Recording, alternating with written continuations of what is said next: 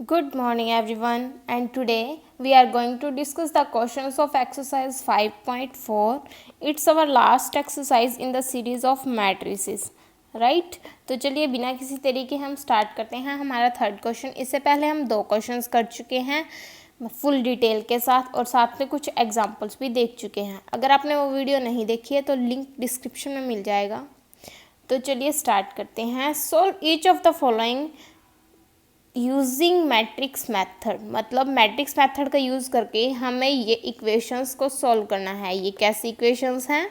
Linear equation. चलें तो देखो, 2x plus 3y plus 3z is equal to 5, x minus 2y plus z is equal to minus of 4, 3x minus y minus 2z is equal to 3।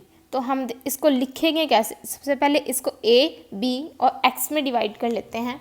ये आपको पहले भी बताया होगा कि इसको डिवाइड क्यों करते हैं। जब भी आप मैथ कर रहे हो ना तो उसमें क्या और क्यों, इन दोनों के क्वेश्चंस का आंसर आपको पता होना चाहिए ताकि आपको इजीली वो काम समझ आ सके। तो ऐसा हमने क्यों किया? ये x को हमने सिर्फ और सिर्फ ये वाली मैट्रिक्स क्यों लिया? हम इसको दूसरी मैट्रिक्स क्यों नहीं लिया? क्योंकि देखो, अगर हम इसको मल्टीप्लाई करो 2 इंटू एक्स आएगा प्लस 3 इंटू वाई आएगा प्लस 3 इंटू जेड आएगा। यही है मेरे पास इक्वेशन। और इक्वल में किसके है? वो बी के, राइट। इसीलिए हमने एक्स को केवल कॉलम मैट्रिक्स लिया है, ना कि रो मैट्रिक्स। चले सबसे पहले हमें इस क्वेश्चन को सॉल्व करने के लिए क्या करना पड़ेगा? डिटरमिनेंट लेना पड़ेगा, क्योंकि हम जानते हैं इस क्वेश्चन में हम निकालते क्या हैं? कंसिस्टेंस और इनकंसिस्टेंट, राइट। इसके लिए हमें सबसे पहले डिटरमिनेंट ए चाहिए होता है। डिटरमिनेंट ए हमारी फर्स्ट स्टेज है। अगर वो इक्वल टू 0 आ गया तब क्वेश्चन आगे बढ़ेगा। अगर question equal to not equal to 0 आया तब क्वेश्चन डायरेक्ट बता देगा कि वो कंसिस्टेंट है। और फिर हम क्या सॉल्व करते हैं? x is equal to A inverse B वाली इक्वेशन, राइट। ये तो आपको पता होगा अगर आपने हमारी वीडियोस को शुरू से फॉलो किया है। तो हमने सबसे पहले क्या निकालना? Determinant of A. Determinant of A कैसे निकालते हैं? 2 एज इट इज़, इसके अलोंग रो भी कैंसिल, कॉलम भी, बची हुई टर्म का डिटरमिनेंट। सेकंड टर्म पे माइनस आता है, क्यों? क्योंकि -1 की पावर 1 प्लस 2 आएगा तो इसलिए माइनस देगा वो। और ये -3, इसके अलोंग की रो भी कैंसिल, कॉलम भी, बचा क्या? 1 1 3 -2। सिमिलरली +3 करेंगे लास्ट वाली टर्म को, क्योंकि हम इस टाइम क्या कर रहे हैं? एक्सपेंडिंग अलोंग किसके? R1 के। तो थर्ड टर्म ले ली हमने, इसके अलोंग की रो भी कैंसिल, कॉलम भी, बची क्या? 1 -2 3 और -1। इतनी बात क्लियर है? चलिए इसको सॉल्व करेंगे। क्रॉस मल्टीप्लाई करो, 2 2 ज़ा 4 एंड -1 इंटू -1 आएगा तो वो +1 बन जाएगा, क्योंकि सेकेंड टाइम में माइनस लगता है एक। तो 4 + 1 इंटू 2 बाहर जो है। सिमिलरली नेक्स्ट को क्रॉस मल्टीप्लाई करो, -2 -3, तो ये आ जाएगा -5। सिमिलरली यहाँ पे मल्टीप्लाई करो, इतनी टर्म आ गई मेरे पास। जब मैंने इसको सॉल्व किया तो मेरे पास आया 40। क्या ये 0 के इक्वल है? नहीं है। और अगर ये 0 के इक्वल नहीं है तो मतलब क्या होगा कि ए इनवर्स एग्जिस्ट करेगा। ए इनवर्स एग्जिस्ट करने का मतलब ये कंसिस्टेंट है। ये आप लिख सकते हो कि ये कंसिस्टेंट है। और अगर ये कंसिस्टेंट है तो उसके बाद हम क्या फाइंड करते हैं? A inverse. उसके लिए हमें क्या फाइंड करना पड़ेगा? एडजॉइंट ऑफ ए, क्योंकि डिटरमिनेंट ऑफ ए मेरे पास है। ए इनवर्स क्या होता है? A inverse is equal to adjoint of A upon determinant of A, right. तो चलिए करते हैं adjoint of A. Adjoint of A की वैल्यू क्या होती है? Adjoint of A is equal to A11 A12 A13 A21 A22 A23 A31 A32 A33 और इसकी ट्रांसपोज। सबसे चलिए करते हैं। A11 निकालना कैसे होता है? A11 फर्स्ट टर्म उठाओ, इसके लोगों की रो भी कैंसिल, कॉलम भी, बची क्या? -2 1 -1 और 2। इसमें अगले वाला वेरिएबल नहीं लेते हैं तो सिर्फ बीच वाला विद माइनस के साइन। माइनस के साइन कैसे? -1 की पावर 1 + 1, ठीक है। तो ले लिया हमने, ये आई 5। सिमिलरली हम बाकी अदर टर्म्स निकाल लेंगे, A12 A13 A21 A22 A23 A31 A32 और A33। ये आपको अब तक निकालना आ चुका होगा। मैं उम्मीद करती हूँ कि आप भी अपनी कॉपी में साथ के साथ इसको सॉल्व कर रहे होंगे। तो यहाँ से मेरा निकल गया एडजॉइंट ऑफ ए, और एडजॉइंट ऑफ ए को मैंने ए इनवर्स की वैल्यू में पुट कर दिया, तो मेरे पास वैल्यू आई 1/40 5 5 5 3 - 13 11 9 1 और माइनस ऑफ 7। ठीक है, अब क्वेश्चन में पुट करते हैं, क्योंकि देखो यहाँ से मेरे को क्या रिजल्ट चाहिए। जब भी मेरा कंसिस्टेंट आता है, कब, जब मेरा डिटरमिनेंट नॉट इक्वल टू 0 आके कंसिस्टेंट आता है, तब मेरे पास डायरेक्ट ये वाली इक्वेशन आती है A inverse is equal to B. अगर आपने वीडियोस नंबर 18 19 नहीं देखी है तो आप पहले वो देख लीजिए। तो ये आने के बाद इसका मतलब क्या कहता है, ये देता है ओनली वन सॉल्यूशन, यानी कि इसको हम बोल सकते हैं यूनिक सॉल्यूशन। मतलब एक्स और वाई की जो भी वैल्यू होगी वो एक ही होगी, मतलब x की भी एक कोई भी एक वैल्यू हो सकती है, y की भी। ठीक है, यूनिक सॉल्यूशन होगा। ये नहीं है कि x की 0 भी आ रही, 1 भी आ रही, 2 भी आ रही, ठीक है, और y की 1 भी आ रही, 3 भी आ रही, 5 भी आ रही। इनकी सिर्फ अगर x की वैल्यू 1 है ना तो 1 ही रहेगी, उसके अलावा कुछ और नहीं हो सकती। ठीक है, और अगर y की वैल्यू 2 है तो y की वैल्यू 2 ही होगी, कुछ और नहीं होगी। तो हमने निकाला क्या, x की वैल्यू 1/40 539, सारी वैल्यूज़ को एज इट इज़ मल्टीप्लाई करो आप। 5 × 5 25, 3 × -4 -12, 9 × 3 27। Similarly 5 × 5 25 -13 × 4 and -4 1 × 3 3। तो ये आ गया। अब नेक्स्ट क्या कर देंगे, 5 × 5 5 25, 11 × -4 -44 एंड -7 × 3 -21। जब इसको सॉल्व कर आके हमारे पास क्या आया, देखो मेरे पास यहाँ से गलती हो गई थी, मेरे को पता चला मेरी यहाँ गलती हुई थी, मैंने एडिशन में गलती कर दी थी। अगर आपका ना थोड़ा सा मतलब आपका क्वेश्चन में ऐसे हुआ, मैं आपको पेपर में बता रही हूँ कि आपको पेपर में कैसे अपनी गलती देखनी है। अगर बाय चांस आपके सारी इक्वेशन ना, मान लो x की वैल्यू तो 1 आ रही है, y की वैल्यू 2 आ रही है, लेकिन z की वैल्यू कुछ 11/5 या फिर डिवाइड में कुछ आ गई, तो आप एक बार उसको चेक कर लेना, क्योंकि ये बहुत कम होता है कि x और y की वैल्यू तो 1 सिंगल वेरिएबल में है, मतलब इंटीजर के टाइप में है लेकिन z की वैल्यू किसी p/q की फॉर्म में है। तो इसीलिए हम एक बार उसको चेक कर लेते हैं कि कहीं मेरी कुछ एडिशन या मल्टीप्लिकेशन में कोई गड़बड़ तो नहीं हुई। ये क्वेश्चंस ऐसे हैं, अगर आपने इनको बिल्कुल ध्यान से कर लिया तो आपके नंबर कोई नहीं काट सकता, लेकिन अगर आपने एक भी मिस्टेक कर दी तो आपके नंबर कटने से कोई रोक भी नहीं सकता। चलें, तो x की वैल्यू मेरे पास क्या आ गई, 40 से डिवाइड किया 1, सॉरी ये मैंने 40 से डिवाइड किया 40 को, तो ये 1, यहाँ पे 2 और यहाँ पे डिवाइड किया तो -1। तो यहाँ से मेरा a देखो, x की वैल्यू 1 ही आई है, y की वैल्यू 2 ही आई है और z की वैल्यू -1 ही आई है। इसके अलावा कोई और वैल्यू तो नहीं आई, कोई और वैल्यू नहीं आई। तो इस यहाँ से क्या शो होता है कि ये जब भी सॉल्यूशन देगा तो यूनिक ही देगा। अब क्वेश्चन नंबर सेकंड क्या कहता है, इसका सेकंड पार्ट है x + y + z = 3, 2x - y + z = 2, x - 2y + 3z = 2। a लिख दिया, b लिख दिया और x लिख दिया। सबसे पहले क्या करेंगे, डिटरमिनेंट खोलेंगे। डिटरमिनेंट खोलने का मतलब चेक करेंगे कि वो नॉट इक्वल टू 0 है या इक्वल टू 0 है। ठीक है, नॉट इक्वल टू 0 है तो वहीं कह देंगे कंसिस्टेंट, अगर नहीं है तो आगे बढ़ेंगे। अब देखो नॉट इक्वल टू 0 है तो यानी कि ए इनवर्स एग्जिस्ट करेगा और ये सिस्टम का क्या होगा, यूनिक सॉल्यूशन।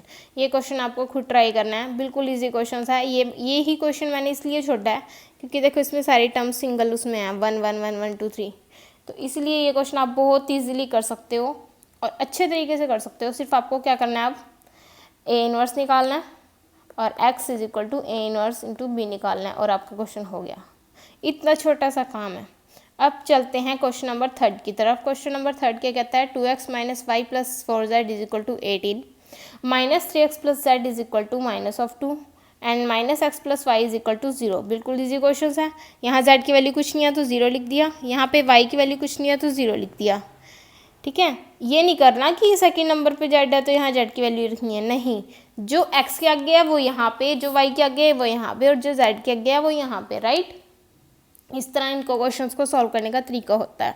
तो ए की वैल्यू लिख दी, बी की वैल्यू लिख दी और एक्स की वैल्यू लिख दी। सिमिलरली वही प्रोसेस करेंगे, डिटरमिनेंट ऑफ ए निकालेंगे। मेरा डिटरमिनेंट ऑफ ए क्या आ गया, -13। तो ए इनवर्स एग्जिस्ट करेगा, और एग्जिस्ट करेगा तो सिस्टम क्या देगा, यूनिक सॉल्यूशन देगा। ठीक है, अब आगे मेरे को क्या निकालना है, सबसे पहले ये क्वेश्चन मैं आपको निकाल के दिखा देती हूँ, क्योंकि पिछला क्वेश्चन मैंने नहीं किया। तो यहाँ पे क्या आएगा, सबसे पहले मेरे को क्या निकालना पड़ेगा, एडजॉइंट ऑफ ए।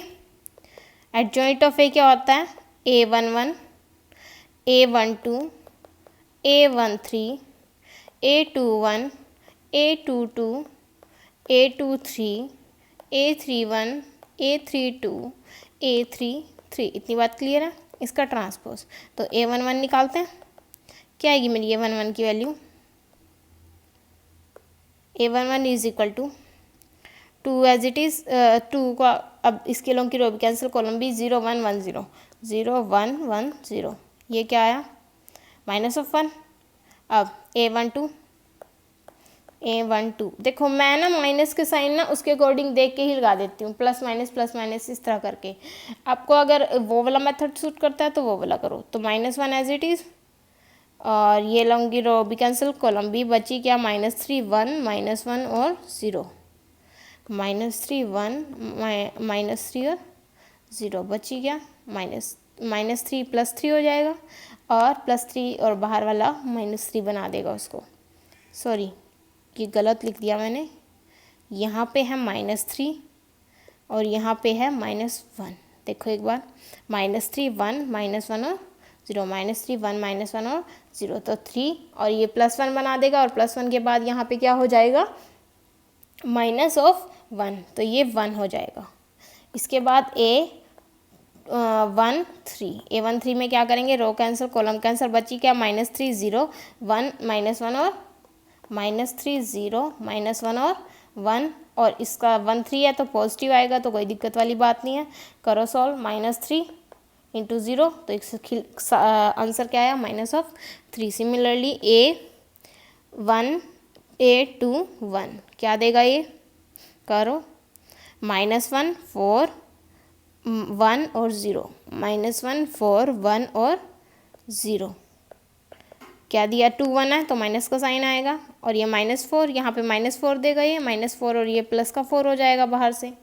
अब लास्ट टर्म बच गया इसकी, A1 ये वाली रो भी कैंसिल, कॉलम भी कैंसिल, बची क्या, 2 4 -1 0, A22 इज इक्वल टू 2 4 -1 और 0, तो क्या आएगा मेरे पास, सोल्व करो, इसकी मल्टीप्लाई से माइनस, इसकी मल्टीप्लाई से प्लस के 4, ठीक है, और बाहर भी साइन किसका है, प्लस का, तो A23 क्या आएगा मेरे पास, 2 3 की ये वाली कंडीशन, इसके लॉन्ग की रो भी कैंसिल, कॉलम भी बची क्या, 2 -1 -1 और 1, 2 -1 -1 और 1, तो 2 × 1 2 -1 यही आएगा, और 2 3 है तो माइनस का साइन, तो बाहर चल रहा है माइनस का साइन, -1 इज द आंसर। अब A31 क्या कहता है, -1 4 0 और 1, -1 4 0 और 1, करो, 3 1 पॉजिटिव देगा, -1। अब क्योंकि 4 वाला तो 0 हो जाएगा, A32 को कैसे सॉल्व करेंगे, ये वाली टर्म, रो भी कैंसिल, कॉलम भी बची क्या, 2 4 -3 और 1, 2 4 -3 और 1, 2 3 2 है तो 1 नेगेटिव देगा, और 3 4 जा 12, प्लस क्या आएगा, लेकिन बाहर क्या है माइनस, तो -14, A33 क्या देगा मेरे को, लास्ट टर्म, इसके लॉन्ग रो भी कैंसिल, कॉलम भी बची क्या, 2 -1 -3 और 0, 2 -1 -3 और 0 पॉजिटिव देगा, और ये -3 देगा, क्योंकि ये 0 हो जाएगा। अब निकालना है A इनवर्स। A इनवर्स क्या होता है, adjoint of A upon determinant of A। Determinant of A क्या आया था मेरा, यहाँ से चेक कर लेती हूँ, -13, और एडजॉइंट ऑफ A मेरा क्या आया, मैं इसको सीधा लिख लेती हूँ। डिटरमिनेंट मैं साथ के साथ ट्रांसपोज ले रही हूँ, तो जो वैल्यू मेरे को ऐसे लिखनी थी वो मैं ऐसे लिख लेती हूँ। कैसे, -1 4 -1 लिखने का तरीका देखो, ताकि पेपर में आप भी इजीली सॉल्व कर सको। -1 4 और -14, उसके बाद क्या है, -3 -1 और -3 3। मेरे पास एक माइनस बाहर पड़ा है, इसको अंदर ले जाऊँ तो मेरे पास क्या बचेगा 1/13, 1 - 4 1, 1 - 4 14, 3 1 3, राइट। अब निकालना क्या है, x is equal to A inverse of b। निकालो x is equal to A inverse की वैल्यू क्या आई 1/13, 1 - 4 1, 1 - 4 14 एंड 3 1 3। b की वैल्यू क्या थी देख लेते हैं एक बार, 18 - 2 और 0 क्या थी, 18 - 2 और 0। करो सॉल्व इसको, 1/13 क्या आएगा 1 × 18 18 प्लस 8 और 0 और इसके बाद 18 माइनस प्लस 8 हो जाएगा ये भी और 0, उसके बाद टर्म 54 - 2। करो इसको सॉल्व, 18 + 8 कितना होगा 26, ये भी 26 और ये 52/13। तो 13 × डिवाइड बाय 26/13 क्या आएगा 2 2 और ये 4। तो मेरी इसको ये वाली x की वैल्यू क्या है x y z। तो क्या आया x is equal to 2, y is equal to 2 and z is equal to 4। इस तरह मेरा क्वेश्चन हो जाता है सॉल्व। चलें अब देखो नेक्स्ट क्वेश्चन क्या कहता है, fourth question, solve each of the following system of equation by matrix method. Same question है, कुछ नहीं करना, जो चीज़ उसमें करके आए हैं वही चीज़ इसमें करेंगे। सबसे पहले a की वैल्यू रखी, b की वैल्यू रखी और x की वैल्यू रखी, डिटरमिनेंट ऑफ a निकाला। डिटरमिनेंट ऑफ a मेरे क्या आया 7, ये भी नॉट इक्वल टू 0 है तो यूनिक सॉल्यूशन देगा। x is equal to a inverse of b निकाला, a इनवर्स फाइंड किया, एडजॉइंट ऑफ a फाइंड किया इसके लिए। अब देखो आप सोच रहे होंगे मैं डायरेक्ट करवा रही हूँ, देखो मैंने सेम जो यही क्वेश्चन करवाया ना ये वाला, ये सेम क्वेश्चन यही है, सेम मतलब मेथड सेम है, इक्वेशन से अलग हो सकती हैं लेकिन मेथड बिल्कुल सेम है। तो मैंने जब एडजॉइंट ऑफ ए निकाला तो मेरे पास क्या आया a11 a12 a13 यहाँ पे 1 3 है, a21 a22 a23 a31 a32 और a33। एडजॉइंट ऑफ ए निकाला, ए इनवर्स निकाला, उसके बाद सिमिलरली एक्स की वैल्यू में पुट कर दिया, x is equal to A inverse of b. क्या क्या वैल्यू थी वो सारी रख दी, मल्टीप्लाई किया 1 × 3 और 2 × 2। सिमिलरली -7 से मल्टीप्लाई 6 की, 7 से 3 की और -7 से 2 की। तो मेरे सारे क्वेश्चन सोल्व करा के क्या आया x इज इक्वल टू 1 - 5 और 5। अब देखो x की वैल्यू क्या थी x y z, small x की वैल्यू 1, स्मॉल y की वैल्यू -5 और z की वैल्यू 5। अब चलते हैं थर्ड क्वेश्चन की तरफ। थर्ड क्वेश्चन क्या कहता है 3 - 2y + 3z is equal to 8, 2x + y - z is equal to 1, 4x - 3y is equal to +2z is equal to 4। A की वैल्यू लिखी, x की वैल्यू लिखी और b की वैल्यू लिखी। डिटरमिनेंट a निकाला। आई होप ये आपको निकालना आ चुका होगा। सेम वही क्वेश्चंस हैं, आप चाहे तो स्क्रीनशॉट ले लो अगर आपको लग रहा है कि मेरे को ये बाद में खुद भी करने पड़ सकते हैं। तो मैंने डिटरमिनेंट ऑफ a निकाला और मेरी वैल्यू क्या आई -17। तो यहाँ से मेरे को क्या पता चलता है सिस्टम ऑफ इक्वेशन क्या है नॉन सिंगुलर, तो यानी कि ए इनवर्स एग्जिस्ट करेगा और ए इनवर्स के लिए मेरे को क्या फाइंड करना होता है एडजॉइंट ऑफ ए। तो इसके लिए मैंने क्या फाइंड किया एडजॉइंट ऑफ ए। ये मेरी एडजॉइंट ऑफ ए की वैल्यू आई है -1 -5 -1 -8 और -6 9 -10 1 और 7। तो वहाँ पर बाहर माइनस था उसको अंदर भेज दिया, मेरे पास सारी वैल्यूज़ ये आ गई। अब मल्टीप्लाई किया तो क्या आया बना 17 34 और 51। 17 से डिवाइड करो, 17 1 ज़ा 17, 17 2 ज़ा 34 एंड 17 3 ज़ा 51। तो x यहाँ से x की वैल्यू क्या आ गई 1, y की वैल्यू 2 और z की वैल्यू 3। ठीक है, अब देखो थर्ड क्वेश्चन। थर्ड क्वेश्चन आपको खुद करना है, बिल्कुल यही सेम स्टेप है। a की वैल्यू क्या आएगी 1 1 1, 2 -1 2, 3 1 -1, राइट। b की वैल्यू क्या आएगी मेरे पास 6 3 3 और x की वैल्यू क्या आएगी x y z। सबसे पहले क्या निकालेंगे डिटरमिनेंट ऑफ a, उसके बाद अगर मेरा इक्वल टू 0 आ गया तो एड से आगे सॉल्व करेंगे, नहीं आया तो x is equal to A inverse of b निकालेंगे, और अगर आ गया तो adjoint of a into b निकालेंगे। इतनी बात क्लियर है? तो चलिए मिलते हैं नेक्स्ट वीडियो में, तब तक के लिए thank you, keep watching and stay tune with us if you like the video.